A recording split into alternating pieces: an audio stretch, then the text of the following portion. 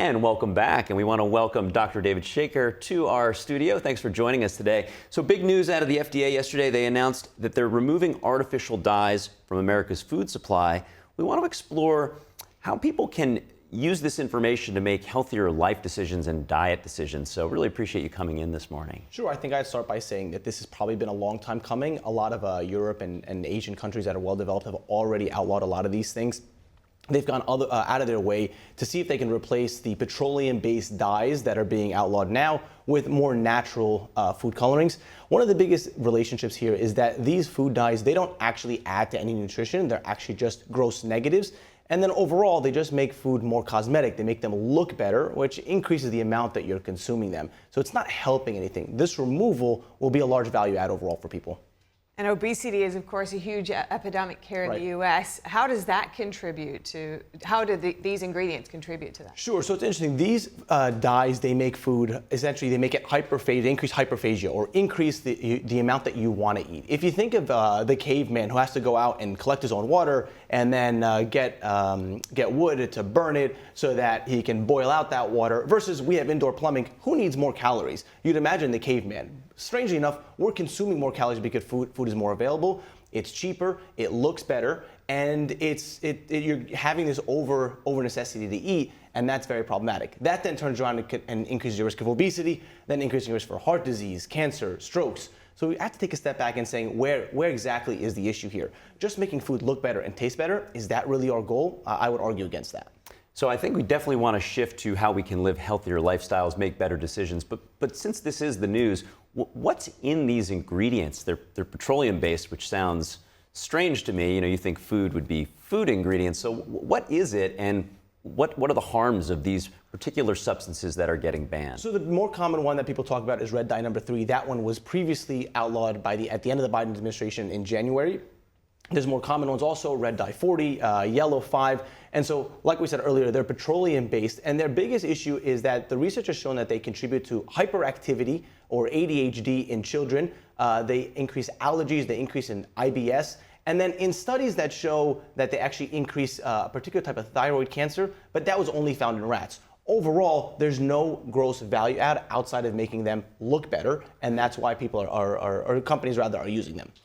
Overseas, a lot of these dyes have already been replaced and are being, the colors are coming in from natural additives rather than the petroleum-based products that have the side effects. So let's flip to the positive then.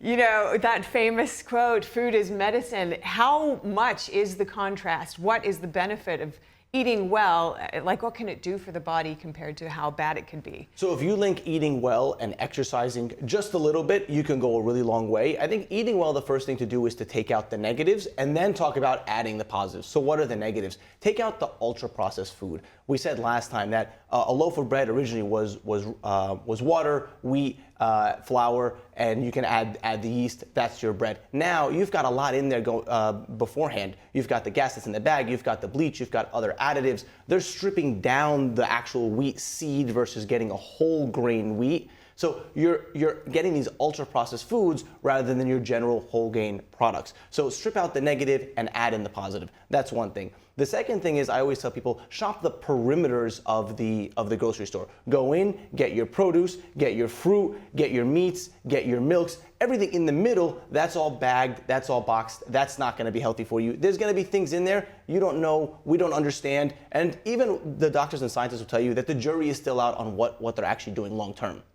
Now, in the spirit of trying to live healthier lives, we're talking about what's in the food. Let's talk about water. Like, how important is hydration to feeling well, being healthy, and what advice do you give to your patients around hydration? Hydration is one of my favorite topics to talk about with patients. It's one of the simplest things that you can do to cure a lot of simple things, right? Musculoskeletal issues or muscle aches, a lot of the simple cures are just hydrate. You've got your muscles have to have hydration so that they can be lubricated. Same thing with joints. You can use water simply just to wash out toxins like you would. If you've got a fish tank and it's green, if you add more water, you're going to dilute out the negatives. Water is vital for your kidney in certain issues. So hydrating on a regular standard basis, people tell me, I don't like the taste of water. I forget to drink. You've got to fill up a jug and you've got to set goals for yourself to drink it throughout the day.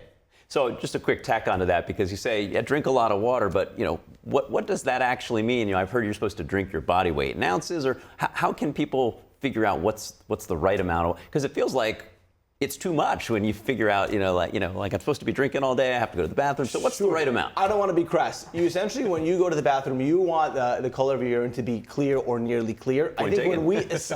when we assign values, it's not fair because you're talking to different people. There are certain kidney issues or heart issues where drinking too much water is actually a toxic thing. That's not the general population. So that's a conversation you have with your doctor. I think go out of your way to make sure that the color of the bowl is clear and not a yellow. That's pretty easy to remember. I like that. Forgive the crass morning guy. Hey, that's right. We want to get to what's going to work. So Yeah, tell us the answers. I want to look a little deeper at this recommendation of shopping, just for the raw ingredients in the supermarket. Of course, this may be a little niche, but there are trends towards even cutting out bread, say cutting out grains, cutting out anything that's yummy. Right. Or perhaps soaking the grains. What do you recommend in terms of grains? It's kind of a controversial topic. Not a baker by trade, so I can't comment too much. I would say that the processed breads that we look at, you have the seed of the wheat, and if they're chemically stripping it down to make it more malleable, more controlled, you get similar outcomes. That's your ultra-processed breads. Your regular baker is not using that. They're using the whole grain pounded wheat, and that's how they're making their bread. That's probably going to be a safer overall. It's got more of the nutritional components that you're looking for. And then if you're in medicine and maybe nutritional science, what's popular ends up creating either this hyperfocus or demonization. That's not what we're looking for.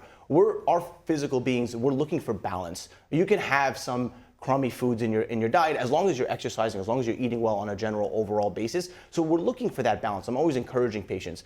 Food is a relationship. It's a long-term relationship. Let's call it like marriage, if you will, right? You always have to consume food. So you want to make sure that what you're eating, you can be long-term and determinate with it. You're making plans for it. That even if you have a negative impulse, if you have a cheat day or a cheat meal, that's fine because your overall relationship with it is going to be positive. And I do want to stay with the positive behaviors that we're discussing, because I think that's where people can figure out really how to make healthy lifestyle changes. But it seems like some of the ingredients that are in these junk foods have an ability to be somewhat addictive. And so I just want to get your interpretation of that. How does that manifest, and how can people recognize that, hey, maybe I'm actually not hungry? There's just this impulse to continue to eat stuff that's actually not good for me. I'll answer it with a simple story. I have patients who I encourage them to reduce the amount of sugar that they're intaking. The immediate response is that they come back to me and say, Doc, I feel like I can't. I feel like I genuinely have an addiction to the sugar. And that is just not demonized correctly, because it's true. Sugar is quite addictive in relationship to other alcohol or other drugs that people utilize. So that's a major issue, just trying to reduce the overall sugar. Sugar is probably one of the worst things out there for us that we're not talking about that. One of the interesting things in the RFK briefing, aside from the food dyes, was he pointed that although we can't get rid of sugar, nor necessarily should we, but we need to highlight sugar as the enemy that it is. It's creating significant inflammation in the system. It's aggravating a lot of joints. It's aggravating blood vessels. And even Dr. Martin Makary, who's head of the FDA, writes in detail in his book, The Blind Spot, about how sugar is very likely the inflammatory factor that's heavily contributing to heart disease long term. And one addiction can lead to other addictions, of course, but many people find it hard just to create balance in their overall lifestyle and diet. Any final thoughts about, getting unstuck in the broader sense of lifestyle? Yes, we have to quantify for ourselves how much this really matters. So for example, if you have a low income and you're deciding where to spend your money on, when it comes to food, you're gonna buy the ultra processed stuff because it's cheaper. But it's not cheaper long term because it's gonna come at the cost of your health. It's gonna come at the cost of medical expenses in the future. So we have to quantify ourselves how important that is. Do I wanna sleep, or do I really wanna wake up and move around and exercise? So it's hard to encourage people when a person is not there yet 100%. I always sit the patient down in the office and I have a candid conversation. What does this mean to you? Why do you want to lose weight? Why do you want to be healthy? These musculoskeletal issues that you have, why do you think that you're having them? How much have you gotten up? How much have you exercised? And when the patient starts to hear themselves talk, they realize, I don't know if I really want this as much as I'm saying I want this. Well, so much to unpack here, so much good information for our audience to live a better life. Really appreciate you coming in, Dr. David course, Shaker. guys. Thank you so much. My pleasure. We're going to jump to a quick break. Stay with us. We'll be right back.